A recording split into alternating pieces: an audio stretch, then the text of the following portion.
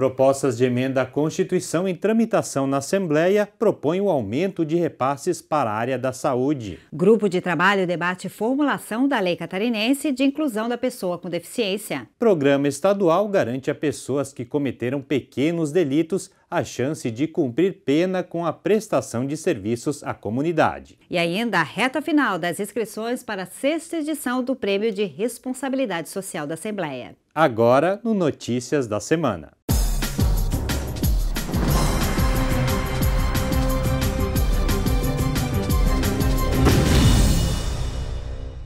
Quase 30 propostas de emenda à Constituição do Estado tramitam na Assembleia Legislativa, entre elas as que tratam do aumento de repasse de recursos orçamentários para a área da saúde. A maioria tramita na Comissão de Constituição e Justiça e deve entrar em votação depois das eleições, como mostra a repórter Maria Helena Salles.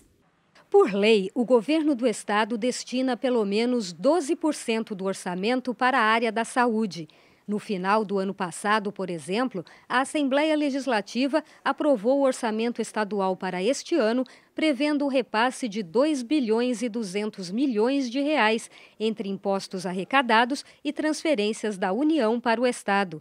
Parece muito, mas este valor é insuficiente para cobrir as despesas com atendimentos, internações, cirurgias, entre vários outros serviços. Mas a partir do ano que vem, o percentual mínimo destinado à saúde pode aumentar. 2 propostas de emenda à Constituição protocoladas este ano na Assembleia prevêem o aumento desses recursos de 12% para 15%. Uma PEC é de autoria do presidente da Casa, deputado Gelson Merizio, do PSD. A proposta também é assinada por outros 26 parlamentares e determina o aumento gradual do repasse em 1% ao ano a partir de 2017. Assim, o percentual de 15% seria atingido em 2019. Já a PEC número 2 é uma proposta externa, assinada pela União dos Vereadores de Santa Catarina. Neste caso, a matéria prevê aumento de 0,5% ao ano, atingindo a meta em 2021. As 2 PECs foram unificadas com alguns ajustes e estão prontas para a votação em primeiro turno no plenário.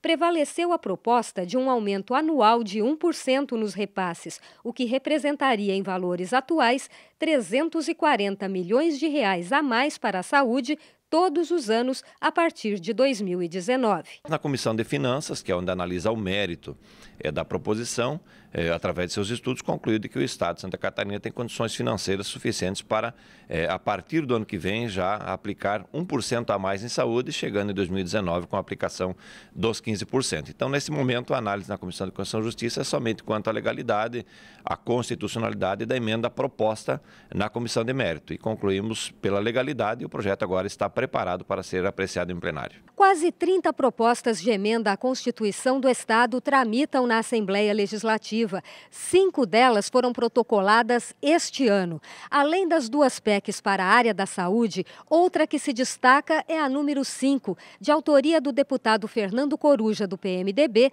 subscrita por outros 15 parlamentares. A proposta prevê que as comissões parlamentares de inquérito possam ser instaladas por meio de iniciativa popular, com adesão ou não dos deputados. Atualmente, as CPIs só podem ser instaladas via requerimento assinado por, no mínimo, 1/3 dos parlamentares.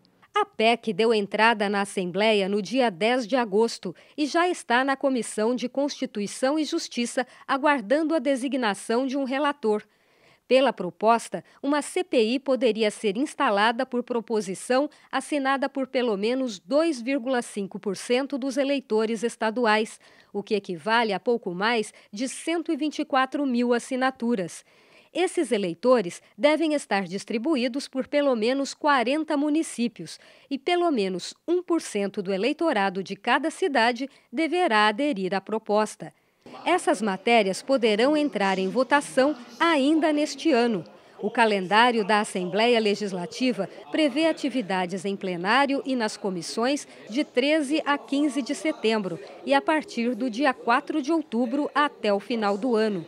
Atualmente, os parlamentares fazem uma pausa nos trabalhos após adiantarem 17 sessões ordinárias de abril a julho para agora poderem acompanhar o processo eleitoral. Outro tema que vem sendo discutido na Assembleia é a formulação da Lei Catarinense de Inclusão da Pessoa com Deficiência.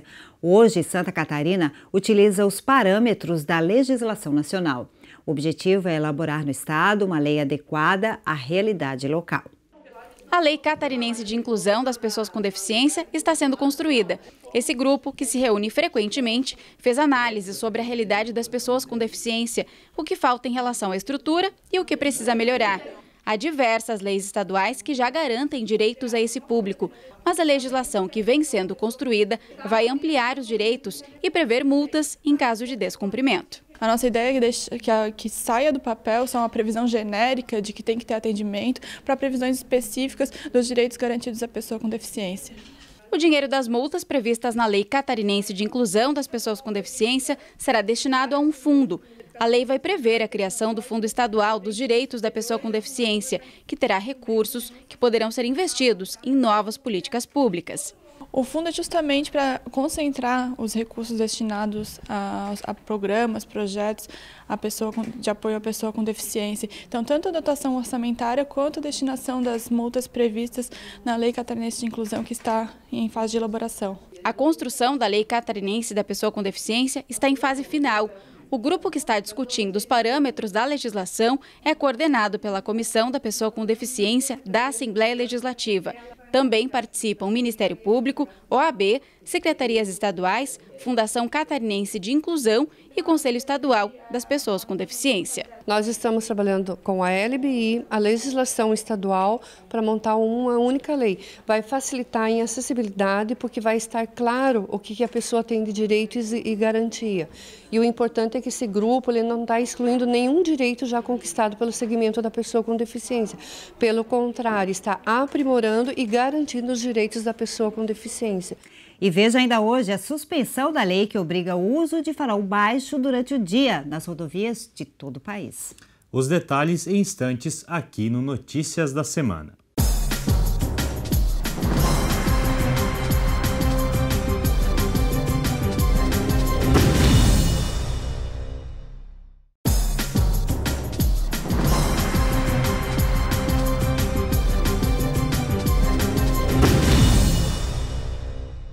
A lei que obriga o uso do farol baixo nas rodovias de todo o país foi suspensa.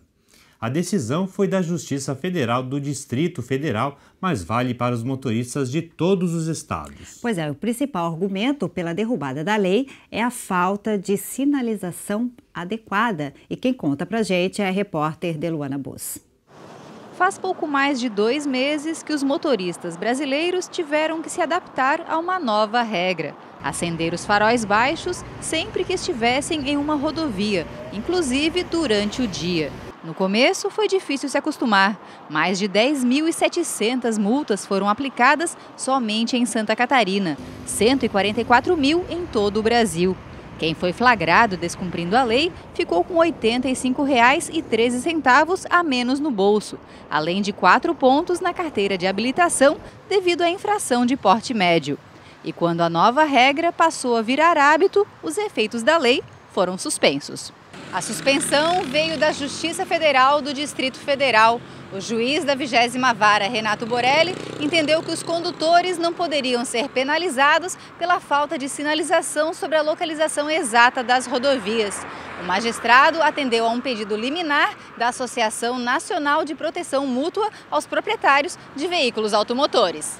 Oficialmente notificada da decisão no último sábado, a Polícia Rodoviária Federal divulgou uma nota aconselhando os motoristas a continuarem utilizando o farol baixo durante o dia. No texto, afirma que as luzes acesas são uma questão de segurança, aumentam a visibilidade dos veículos e, assim, ajudam a evitar acidentes. A Polícia Rodoviária Federal constatou, através de seus números e também através de estudos anteriores, ela já estava acreditando que haveria uma redução de acidentes e constatou essa redução através de seus números no primeiro mês. Então, por isso, nós continuamos recomendando que se utilize o farol baixo durante o dia, além da possibilidade dessa liminar não durar muito tempo. Segundo o representante da PRF, a Polícia Rodoviária Estadual ainda não havia sido notificada da decisão e ia continuar multando.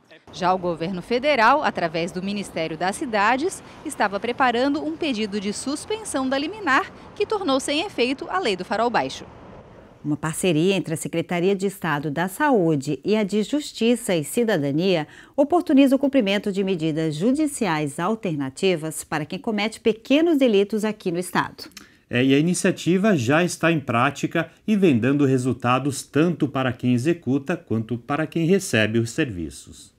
Mais de 17 mil catarinenses já cumpriram algum tipo de pena alternativa em ONGs, instituições filantrópicas e públicas desde 2012, quando o programa foi instituído no estado. Quem cometeu um delito sem grave ameaça à sociedade e que não esteja respondendo a outros processos pode cumprir pena alternativa. Vista como meio de punir, educar, humanizar e ressocializar quem comete crime de menor potencial ofensivo, a pena alternativa é um benefício concedido pela Justiça, que permite à pessoa em conflito com a lei trabalhar gratuitamente para a comunidade em vez de responder a processo judicial e até cumprir pena na prisão.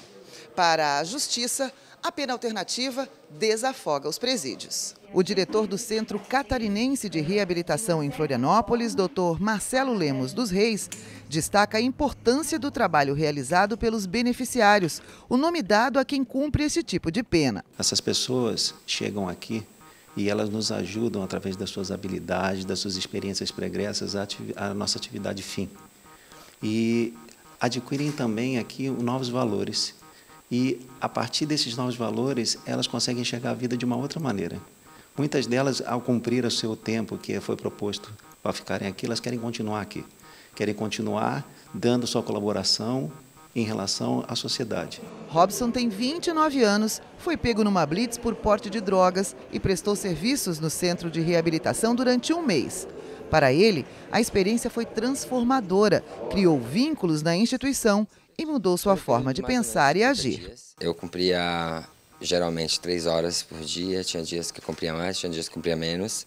E a experiência foi muito boa, apesar da equipe ser excelente, que o pessoal que trabalha aqui, e a questão também de poder ajudar o próximo. Isso para mim é o principal, foi o que mais me motivou a estar fazendo esse tipo de serviço. Hoje são pelo menos 5 mil processos em andamento em Florianópolis. A maioria dos infratores tem entre 21 e 30 anos, ensino fundamental incompleto e em situação informal no mercado de trabalho. Para a Secretaria Estadual de Saúde, isso foi um achado, porque nós temos 15 unidades hospitalares que funcionam 24 horas, 7 dias por semana. Então, essas pessoas, normalmente, eles têm turnos diferenciados de trabalho. Eles trabalham à noite ou em outros períodos, porque não pode atrapalhar a vida profissional deles, né? Então, se encaixa muito bem na nossa rede hospitalar. A coordenadora estadual de penas e medidas alternativas, Vanderleia Machado, reforça o caráter preventivo do programa, onde a reincidência é mínima. Esse trabalho, ele permite que a gente consiga avaliar e acompanhar caso a caso.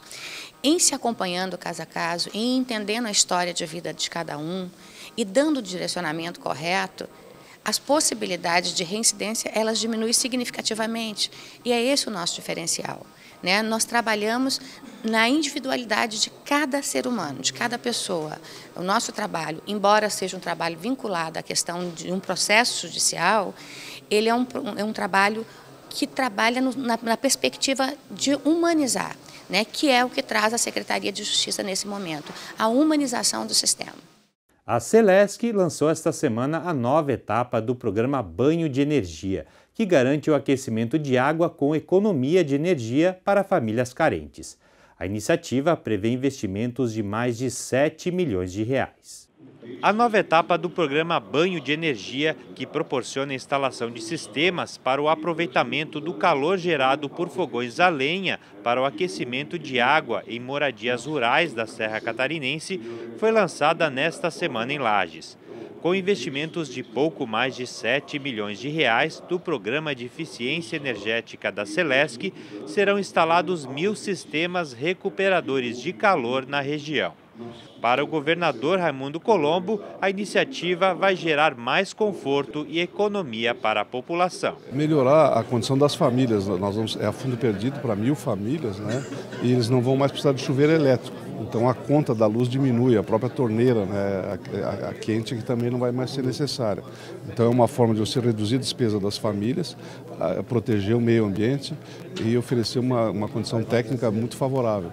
Então há um ganho importante para toda a população. O calor gerado pela chaminé no fogão a lenha aquece um reservatório de água. A água quente, então, é canalizada para torneiras e chuveiros, permitindo economia de até 30% na conta de energia elétrica. Para o presidente da Celesc, Cleverson Seward, o projeto Banho de Energia integra as ações de sustentabilidade que vêm sendo desenvolvidas pela companhia. Então, junta aí, né, o objetivo do órgão regulador, que é promover investimentos em eficiência energética, assim como o nosso objetivo, que é ser cada vez mais uma empresa cidadã, fornecer energia com qualidade e quantidade, mas também pensar no desenvolvimento da sociedade catarinense. E veja ainda hoje a reta final para as inscrições da certificação de responsabilidade social da Assembleia. O Notícias volta em instantes. Não sai daí.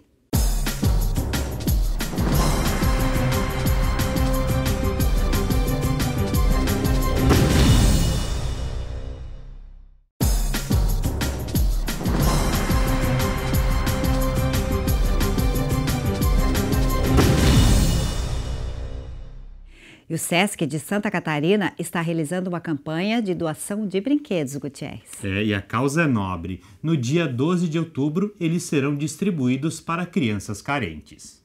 Aos 4 anos de idade, o pequeno João Gabriel já está aprendendo o que é o espírito de solidariedade.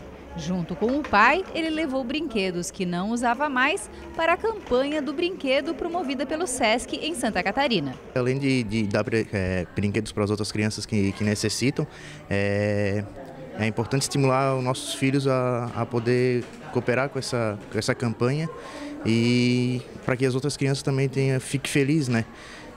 Não só trazendo a felicidade para os nossos filhos, mas levando a felicidade para outras crianças também. A campanha do brinquedo já é realizada pelo Serviço Social do Comércio há muitos anos. Todas as unidades do SESC no estado são pontos de coleta.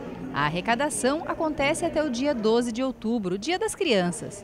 Podem ser doados brinquedos novos e usados, desde que em boas condições de uso. O objetivo dessa campanha é fazer com que as crianças carentes possam ter um feliz, Dia das Crianças também. Então é arrecadar brinquedos novos ou em boa condição de uso e a gente faz o repasse para instituições carentes para repassar para as crianças dos bairros. Segundo Vanessa, que atua no setor de ação comunitária da entidade, a cada edição da campanha, somente em Florianópolis, cerca de 1.000 crianças de comunidades de baixa renda são beneficiadas com os brinquedos doados. Para colaborar, é muito simples. Quem quer participar da campanha é só procurar uma unidade operacional do SESC e trazer o seu brinquedo, que não tem problema, a gente recebe, E quem quer participar com a sua empresa, por exemplo, pode entrar em contato com a gente e a gente vai estar disponibilizando uma caixa de coleta, cartazes e a pessoa também pode fazer com que a sua empresa seja um ponto de coleta do SESC para a campanha do brinquedo. Empresas e organizações interessadas em participar do Prêmio de Responsabilidade Social da Assembleia precisam ficar atentas. É que o prazo de inscrições termina na segunda-feira. Isso mesmo, e para orientar os participantes sobre os critérios exigidos no edital, a comissão que organiza a certificação realizou uma série de workshops pelo estado. O último deles aconteceu em Criciúma, no sul do estado. Contribuir para a qualidade de vida da população faz parte da missão de muitas empresas. Lindomar, gerente do SESC de Tubarão, sabe bem o que é isso. No ano passado, a empresa foi uma das que ganharam a certificação de responsabilidade social da Assembleia Legislativa e outros 15 parceiros. Eles conquistaram a premiação por uma iniciativa de grande impacto social. Nós temos vários projetos, e também ações que contribuem para o meio ambiente. Nos nossos hotéis do SESC, no Hotel Cacupé, em Florianópolis, no Hotel Blumenau e na Pousada Rural em Lages, nós temos o manejo dos resíduos do restaurante, dos restaurantes do SESC. Então são coletados diariamente resíduos, as sobras, são levadas para o nosso hotel no Cacupé, onde eles são manejados, são transformados em adubo e distribuídos para comunidades, para empresas que têm dificuldade em ter um acesso a um adubo de qualidade. Assim como o Sesc de Tubarão, outras empresas querem concorrer à premiação. E para que todos saibam como preencher os requisitos do edital, 7 workshops foram realizados em diferentes cidades de Santa Catarina. Os interessados receberam uma capacitação para saber o caminho correto da conquista do prêmio. É uma oportunidade, dos participantes conhecerem mais a fundo o edital do certificado de responsabilidade social e poderem, a partir dessa capacitação, construir os seus balanços para poderem se inscrever e participar do edital. Então é importante esse trabalho sendo feito regionalmente para oportunizar para que as pessoas conheçam e possam efetivamente participar do processo. Criciúma, na região sul, foi a última cidade do estado a receber o workshop sobre a certificação de responsabilidade social. Agora cabe às empresas e entidades interessadas em participar do prêmio fazerem a inscrição até o dia 12 de setembro. Foram cerca de 220 inscritos até agora. O principal requisito para participar é a publicação do Balanço Socioambiental de 2015. No ano passado, 239 empresas e entidades participaram do processo e 94 receberam a certificação. 5 empresas e 2 entidades ganharam o troféu. A premiação é o reconhecimento de um trabalho que deu certo para a empresa e trouxe resultados para a sociedade. Tem vários pontos para serem considerados, quando se fala do que vem a ser o positivo para uma empresa ganhar uma certificação como essa. Mas o que mais realmente nos mostra e nos cativa é que uma empresa que aponta, ou pelo menos recebe essa certificação, ela mostra para todo mundo e para toda a sociedade com quem ela está interagindo o quanto que ela contribui para um desenvolvimento sustentável.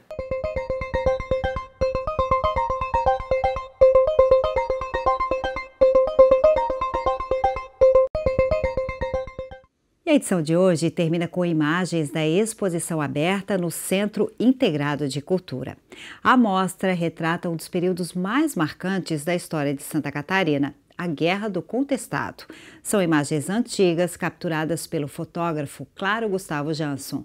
O acervo, que foi doado a uma escritora catarinense, proporciona uma verdadeira viagem ao passado. Rosa Maria Tesser é uma grande admiradora de Claro Jansson. Ele se tornou fotógrafo por acaso, se apaixonou pela profissão e passou a registrar tudo o que via. No meio dessa história, surgiu a Guerra do Contestado. Quando ele veio para o Brasil, uma irmã ficou na Suécia. Ele escreveu para a irmã e disse: eu não posso mandar fotografia porque aqui não tem máquina fotográfica. E eu acho que a fotografia entrou na vida de Claro meio por acaso. E daí ele tornou-se um apaixonado pela causa de fotografar. E sendo contratado pela empresa norte-americana, a Grande Lambert, em seguida aparece o conflito da Guerra do Contestado. Ele foi contratado para fotografar o cotidiano da empresa. Surge o contestado e ele acompanha.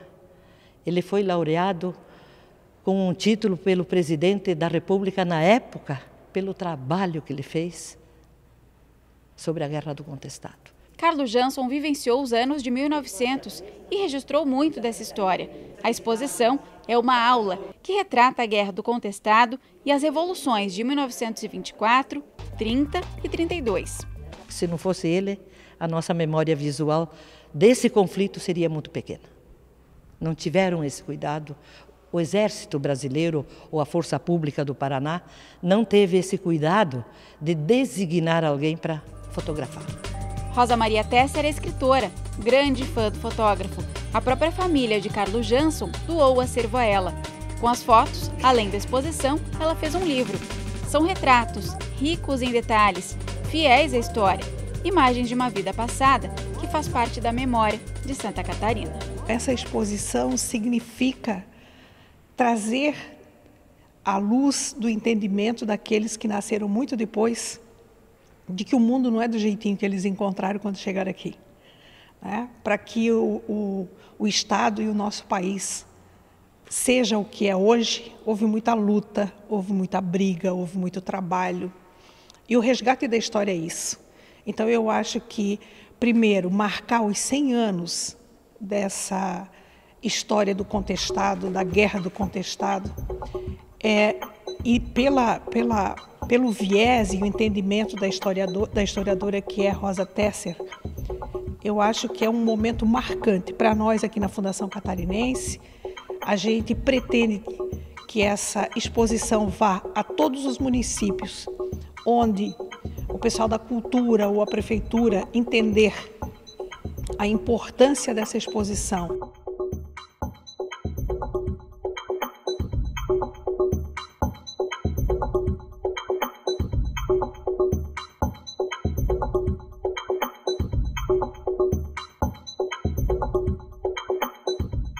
Por hoje é só, o Notícias da Semana vai ficando por aqui.